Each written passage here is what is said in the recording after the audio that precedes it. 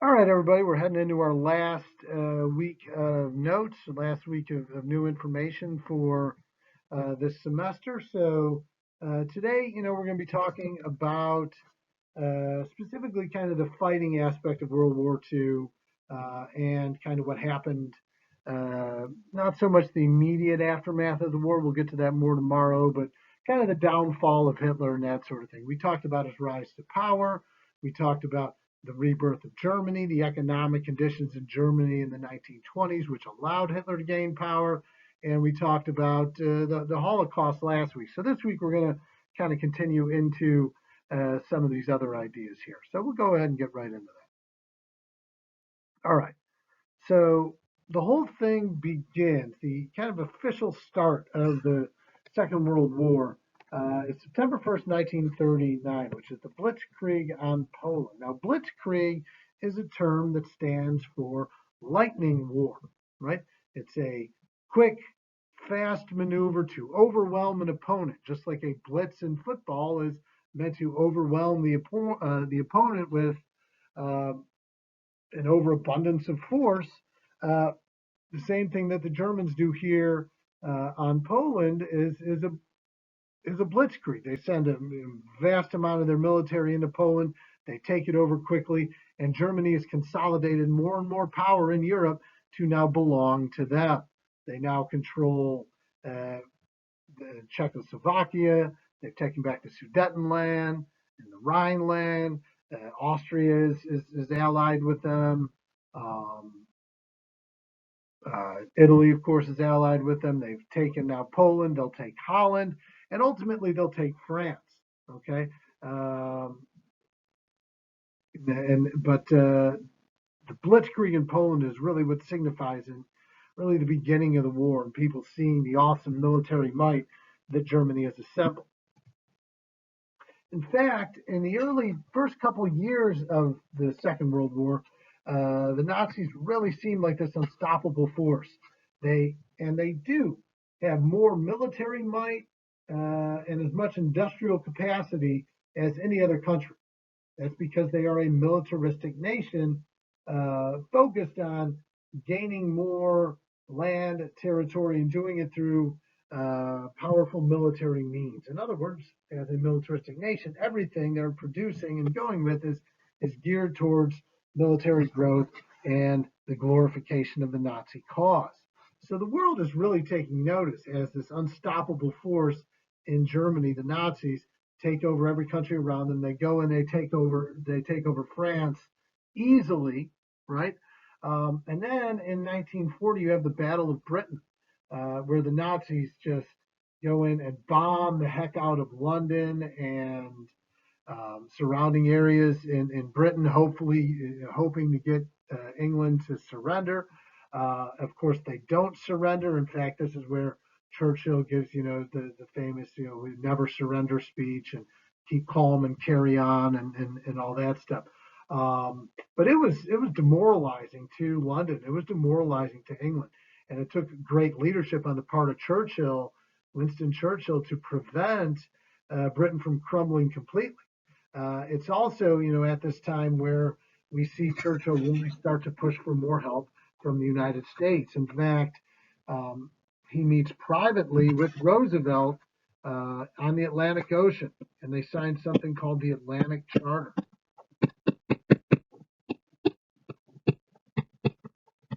The Atlantic Charter, not chapter, but charter. Sorry. The Atlantic Charter is an agreement basically that the United States will help out England essentially in any way possible. The only problem for Roosevelt is he knows American people really don't want to be in a war because they're isolationists. So he has to wait for there to be a reason for the United States to get into the war there until something happens to provoke the U.S. To convince them to enter the war effort. Of course, that happens with Pearl Harbor. Okay. But the Atlantic Charter is this big moment of unity between the United States and Great Britain and affirms the alliance between our two countries moving forward. So the Nazis, going back to the Nazis, they continue to occupy and take over most neighboring countries. And the more countries they overtake, the more that they want, because Hitler wants more and more land and territory to belong to him and to belong to, the Aryan people, right? Because Hitler's still pent up on this idea of Aryan supremacy. Okay, he takes over France and solidifies there, which is important for later on. He solidifies the coast of France to protect it from the British and ultimately the Americans. And he's just massively powerful, unstoppable force. Now, the United States, of course, is going to play a key role here. Okay, unlike the First World War, where we entered it, but we weren't really that involved until the last year. And yeah, we were important, but Germany and England and France were really the big dogs in the First World War. We're playing a much bigger role in this one. And once the Japanese attacked the United States on December 7th, 1941, the following day, the United States declares war on Japan, and then Germany, because they're allies with Japan, declare war on us. So a couple of days later, we declare war back on Italy and Germany. So by December 11th, we are now engaged completely. The United States is now engaged completely in this world war, and we're in it now on both sides, both in the Atlantic and obviously in the Pacific. But we talked about that last semester. So after Pearl Harbor, this begins the turning of the tide of the war, not only in the Pacific, but also it gives needed confidence to the Allies over on the Atlantic side too, because not only are they going to get fresh troops and help from the United States, but the productive capacity of the United States is so much bigger than any other country, and we know with that help, the Allies are going to have a much better chance of defeating Germany and finding success in this conflict. Okay, now the most pivotal day of the war probably is June 6, 1944, which is known as D-Day. Okay, now the official name of D-Day is something called Operation Overlord.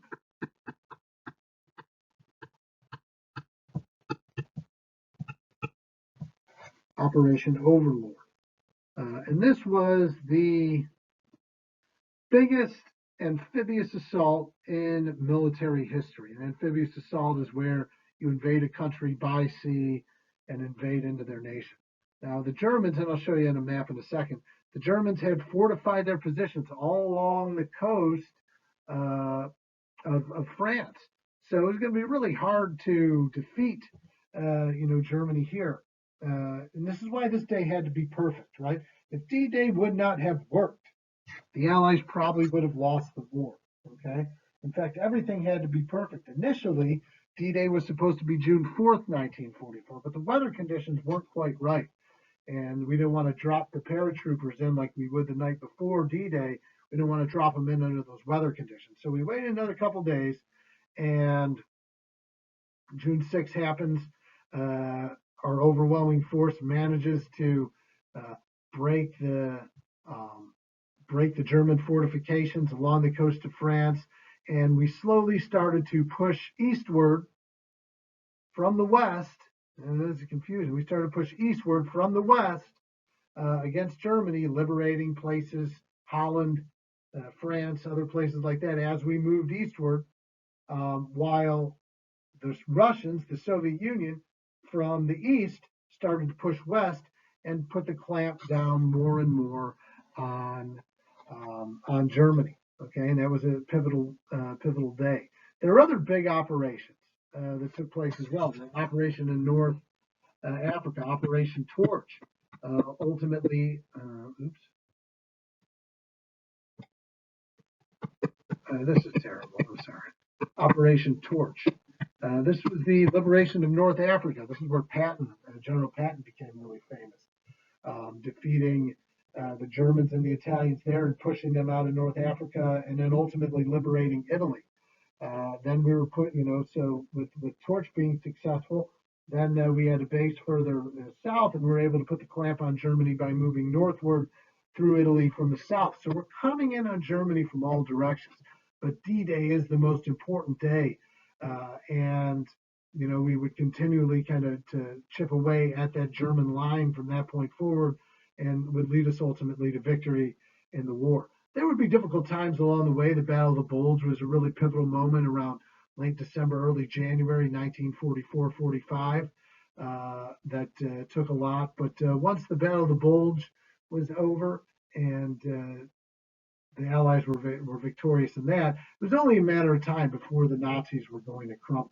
And ultimately, the war does come to an end on May 8th, 1949. Victory in Europe Day. Now, this is just the war in Europe. The war in Europe is over. The United States, of course, at this time is still fighting the war in Japan, which they would be until August and early September before the Japanese surrendered after we dropped the atomic bombs on them. But VE Day, May 8th, 1945, really important day, and represents the end of the war effort. So let's take a look at this map here for a second, and before we get into sides. So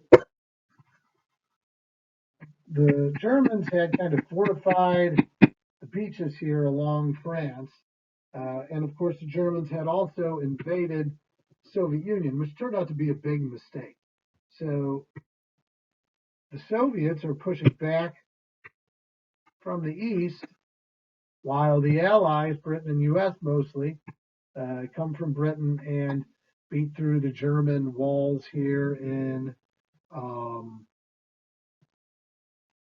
beat through the German defenses here in northern France, while also, after we had liberated Italy now, we're also pushing up on Germany from the south, which is casting a very wide net over Hitler and certainly weakening the German Nazi position in regards to the war effort here. So let me just erase this stuff quick, and then we'll get into this stuff here. So who are the two sides? We pretty much know who's involved in this conflict, but we'll talk about this here. So anyway, so who are the main players in World War II? Well, first you have the Allied side. You have Great Britain, France, the United States, and the Soviet Union. Now, France doesn't really do a whole lot, so we can just kick them out, kind of, and that's fine, because who likes France? The big players here, the biggest players here are probably the United States and the Soviet Union, okay? Certainly the Soviet Union and their influence coming from the USSR and, pushing Germany back this way, and of course us coming from the other direction. Great Britain played a big role as well, but that was the influence kind of the main Allied powers, which is different from World War I, where the United States influence was mitigated a little bit because we didn't enter the war till much later. Okay, and of course Russia kind of quit in World War I because they were having their own revolution. So there's reason for that. But so this war was certainly different than any previous conflict in that regard, because the U.S. and the Soviet Union are kind of the major players here. Yeah, Britain is important too, but not as much as they'd like to be. And France had been taken over, so their influence is only so much. Of course, on the Axis side, you have Germany, Italy, and Japan. Now, Germany, of course, is the main bad guy in the war, right? Italy is there too, but their influence is somewhat limited. And they're just going along with Germany because they had a lot of economic problems and issues during this time. So obviously, in the European theater, the big threat is Germany. In Japan, Japan really isn't involved in the European theater at all. They're mostly fighting against the U.S. and Australia and other Eastern powers over in the Pacific. So it's kind of almost a completely different war, even though these two guys are allies. Okay, they're helping each other out a little bit, but not substantially. And the reality is Hitler probably at some point would have double crossed the Japanese and tried to ruin them as well, because Hitler was crazy, right? And let's get into that, huh? So, what are the realities of thinking about World War II is that more so than anything else, Hitler lost the war more so than the Allies really winning it. Okay, and let me explain that to you. So Hitler, um, as time went on, was getting more and more wild with his ideas um, about the war. And with any authoritarian dictator, they have a lot of problems. They're detached from reality. They think they know more than experts about various topics. They know more about doctors than illnesses. They know about more about the war than the generals do. They know more about law than lawyers do. Things of that nature. And Hitler was a perfect case of one of these political leaders that these authoritarian dictators that don't listen to the advice of people that are experts in fields when they probably should. Okay, uh, and this turned out to be a major problem for him. Okay, one of the big mistakes Hitler makes is in 1941 he breaks a non-aggression pact with Stalin and invades the Soviet Union. Well, there's one lesson to be learned from history. It's that invading the Soviet Union is a big mistake. Okay, um, we talked about Napoleon a while back, and when Napoleon invaded Russia, how Russia had the worst winter ever that winter. Okay, well, the winter of 1941-42, according to some Russian records, was the coldest and harshest winter Russia had experienced since Napoleon invaded about 130 years beforehand. Hitler believed that his military was that much better and stronger than everybody else's. He vastly underestimated um, the resistance that the Russians would put forward, not only amongst the soldiers when he invaded the Soviet Union, but amongst civilians and people as well that did not want to be invaded by some Western European power. Okay, so the Russian military mounts a very strong resistance against Hitler, most notably in the Battle of Stalingrad. Um, Hitler thought he would do a blitzkrieg against Russia, and it would crumble the same way everybody else had. So he didn't prepare the soldiers for the harsh winter that awaited them in Russia. And many, they didn't have enough clothes, they didn't have enough food or other provisions, and many of them would not only be killed in battle, but would get sick and die from the elements as well. Uh, the other big problem is that as the Russia thing started to turn for the negative on Hitler, um, many of his military advisors advised him to say, maybe it's time to pull out of there. This isn't going well. Maybe it's time to go. But Hitler wouldn't listen to military advisors that told him from the start that invading Russia was a big mistake. Okay, again, it plays into this idea of the dictator, um, totalitarian dictator saying, I'm not even going to listen to the people that know stuff because I know more than everybody else. And Hitler had this problem in space, and it caused him, ultimately it causes his dream of Germany to fail, and dream of Nazi Aryan Germany to fail as his mistakes mount up. Another big mistake Hitler made was he would consistently waste money uh, on the bad weaponry. One of Hitler's favorite weapons was the V2 rocket. V2 rocket. Um, Basically, he liked these weapons because they blew up and did a lot of damage, but um, they were historically unreliable. Oftentimes, they would just fall over in the hangar and explode on site before they even took off. The German military had so many great minds, engineers and scientists on so many different things that were groundbreaking ideas. Uh, the Germans engineered the first ever jet fighter, the Messerschmitt 262, which is the world's first ever jet fighter. They tested it during a battle against Britain during the war, and All the British, pilots that saw it were mesmerized at how fast it could go. Then Hitler said, "No, it's not going to do enough damage. We're not going to use it." Um, the Germans had created a prototype stealth technology.